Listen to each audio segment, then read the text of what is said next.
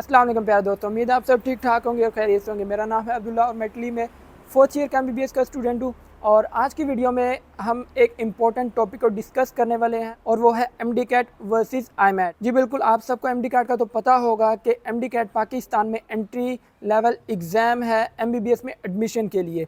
और IMAT का भी आप में से अक्सर लोगों को पता होगा कि IMAT जो है इटली में इंग्लिश में MBBS पढ़ने के लिए एंट्री लेवल एग्ज़ाम है। और जिनको नहीं पता उनको अब पता चल गया होगा। आज हम MD कैट और IMAT का कंपैरिजन करेंगे कि क्या MD कैट ईजी है या IMAT ईजी है या दोनों ही डिफ़िकल्ट हैं। तो सबसे पहले मैं आपको MD कैट का बताता चलता हूँ, क्योंकि MD कैट का आपको पहले ही इन्फॉर्मेशन है। जैसा कि आपको पता है कि MD कैट में हमारे पास 200 MCQs होते हैं।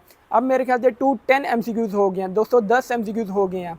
और जैसा कि आपको पता है कि इन 210 या 200 MCQs में से भी आपको 185 190 स्कोर करना पड़ता है एडमिशन के लिए, जबकि हमारे पास IMAT में 60 MCQs होते हैं। 60 MCQs होते हैं और इन 60 में से एक जो MCQ जब हम करेक्ट करते हैं तो हमें 1.5 स्कोर मिलता है। अगर हम गलत करते हैं तो 0.4 नेगेटिव मार्किंग होती है। अगर हम उसे छोड़ देते हैं तो हमें 0 स्कोर मिलता है। तो इन 60 MCQ का हमारे पास जो टोटल स्कोर बनता है वो 90 स्कोर बनता है। और अगर हम प्रीवियस ईयर्स के अगर एवरेज निकालें तो 90 में से 50-55 पे हमारा एडमिशन इजीली हो जाता है। और मैं आपको बताता चलूँ कि जो IMAT का मेरिट है, जैसे MD कैट का मेरिट बनता है वैसे ही IMAT का मेरिट बनता है। ये फ्लक्चुएट होता रहता है, सेम नहीं रहता, हर साल डिफ़र करता है। कभी ज़्यादा होता है, कभी कम होता है, डिपेंड करता है कि एग्ज़ाम कैसे आता है। अब IMAT में तो हमारे पास 60 MCQs होते हैं और MD कैट में 210 या 200, और इसमें काफ़ी क्लोज कंपटीशन होता है। MD कैट में आपको बहुत अच्छा स्कोर करना होता है, जबकि IMAT में आपने 90 में से 50, 55, 60 स्कोर पे भी आप एडमिशन सिक्योर कर लेते हैं। MD कैट में 200 MCQs के लिए हमारे पास जो टाइम होता है वो 2 घंटे 30 मिनट होते हैं, 2 आवर्स 30 मिनट्स होते हैं हमारे पास। और IMAT में हमारे पास जो टाइम होता है 60 MCQs के लिए वो हमारे पास 1 घंटा 40 मिनट होते हैं। अगर हम पर MCQ टाइम निकालें तो MD कैट के लिए हमारे पास तकरीबन 35 सेकंड्स 40 सेकंड्स होते हैं, जबकि IMAT के लिए हमारे पास जो टाइम बचता है वो तकरीबन 1 मिनट 1.5 मिनट यानी 1.5 मिनट बनता है एक MCQ के लिए। तो आप ये भी देख सकते हैं हमारे पास टाइम भी काफ़ी अच्छा है IMAT में, और हम टाइम मैनेजमेंट भी काफ़ी अच्छी कर सकते हैं IMAT के लिए। अगर आप अपना एडमिशन प्रोसेस मेरे थ्रू करवाना चाहते हैं, मेरी कंसल्टेंसी सर्विसेज लेना चाहते हैं, आप इस नंबर पे मुझसे रब्ता कर सकते हैं। अल्हम्दुलिल्लाह मैं पिछले 4 सालों से स्टूडेंट्स को डील करता आ रहा हूँ MBBS और डेंटिस्ट्री में स्पेसिफिकली।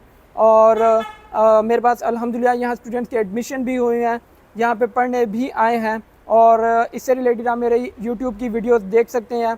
आप मेरे चैनल पे जाएं, वहाँ पे आपको सक्सेस स्टोरीज़ भी मिल जाएंगी।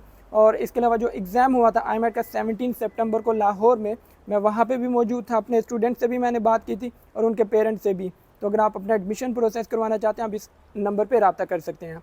इसके अलावा मैं IMAT का कंप्लीट क्रैश कोर्स बना रहा हूँ। मुझे उम्मीद थी कि वो जनवरी में पब्लिश हो जाता, लेकिन उसमें आप जब काम करने लगते हैं आपको पता चलता है कि कितनी कम्प्लेक्स चीज़ें हैं, तो जिसकी वजह से अभी तक वो वेबसाइट में रहती है मेरी। तो इंशाल्लाह जैसे ही वेबसाइट बन जाएगी तो मैं वहाँ पे अपलोड करूँगा IMAT का क्रैश कोर्स, तो वो भी इंशाल्लाह आप बाय कर सकेंगे। और इसके साथ साथ अगर हम कंपैरिजन करें कि हमारे पास जो नंबर ऑफ़ स्टूडेंट्स हैं MD कैट में कितने पेयर होते हैं और IMAT में कितने पेयर होते हैं। MD कैट में जो रफ़ अगर हम कंसिडर करें तो 2 लाख से 3 लाख स्टूडेंट अपेयर होता है, तकरीबन 3,500 3,500 सीट्स के लिए, ठीक है, गवर्नमेंट सीट्स के लिए।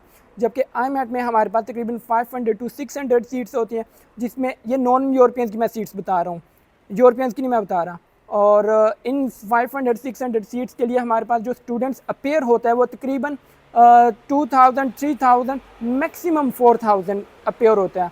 अगर आप 3 लाख को 4000 से कंपैरिजन में लेकर आएँ, और सीट का भी डिफरेंस है, लेकिन फिर भी अगर आप इनको डिवाइड करते हैं और ये कैलकुलेट करते हैं कि एक सीट पे कितने स्टूडेंट कंपटीशन कर रहे हैं, तो आपको ये पता चलेगा कि IMAT के लिए तो बहुत कम स्टूडेंट कंपटीशन लड़ रहे हैं, compete कर रहे हैं। तो इसमें ये भी आपको पता चलता है कि कंपटीशन भी हमारे पास कम है IMAT में। इसके अलावा अगर आप सिलेबस निकाल लें MD कैट का और IMAT का, तो आपको उसमें भी बहुत डिफरेंस नज़र आएगा। IMAT का सिलेबस बहुत कम है, MD कैट का सिलेबस बहुत ज़्यादा है। और ये वजह है कि IMAT के लिए आपको बहुत ज़्यादा पढ़ना नहीं पड़ता, बहुत ज़्यादा चीज़ें आपको याद नहीं करनी पड़ती। और इसके साथ साथ मैं आपको एक और कंपैरिजन भी बताता हूँ कि MD-CAT जो होता है उसमें तकरीबन 50% आपको रट्टा आता है, ठीक है, आपने चीज़ें डायरेक्ट याद करनी होती हैं। और IMAT में जबकि इस तरह नहीं है, IMAT में भी थोड़ा पोर्शन रट्टे का होता है 30%, लेकिन मैक्सिमम अगर रट्टा या फिर जो ज़्यादा याद करने वाली चीज़ें हैं उसको हम नज़र में रखें तो MD-CAT में याद करने वाला ज़्यादा आता है, IMAT में याद करने वाला कम आता है और कंसेप्चुअल ज़्यादा आता है। तो इस लिहाज से जो IMAT है, अगर आप इनमें अपने कंसेप्ट क्लियर करते हैं और कंसेप्ट क्लियर रखते हैं तो आपके पास अच्छा चांस होता है यहाँ पे अच्छा स्कोर करने का। और अक्सर लोग परेशान हैं 2024 के IMAT स्कोर को लेकर कि 55, 60, 65 और जो एंड कट ऑफ रहा है वो 74 या 75 रहा है मिलान बोलोनिया का। तो आपको मैं बताता चलता हूँ कि 2024 का IMAT बहुत इजी आया था और मैक्सिमम बच्चों के जो स्कोर थे 50, 55, 60 इस तरह रहा था। तो इस वजह से स्कोर इंक्रीज़ कर गया था, मेरिट जो था इंक्रीज़ कर गया था। लेकिन मुझे उम्मीद है 2025 में एग्ज़ाम जैसे कि एक एंट्री लेवल एग्ज़ाम होना चाहिए वैसा ही आएगा और बच्चे इसको कर पाएंगे। और इस तरह जो मेरिट है वो भी एक एवरेज मेरिट ही रहेगा, बहुत ज़्यादा इंक्रीज़ नहीं करेगा। हालांकि जो एडमिशन है वो तो 2024 में भी अल्हम्दुलिल्लाह स्टूडेंट्स के हुए हैं, तो डिपेंड नहीं करता कि मेरिट कितना इंक्रीज़ कर रहे हैं या डिक्रीज़ कर रहा है। ये आपकी टोटली तैयारी पे डिपेंड करता है कि आप तैयारी किस तरह करते हैं। अगर आप तैयारी अच्छी करते हैं तो IMAT को क्रैक करना बहुत बड़ी बात नहीं है।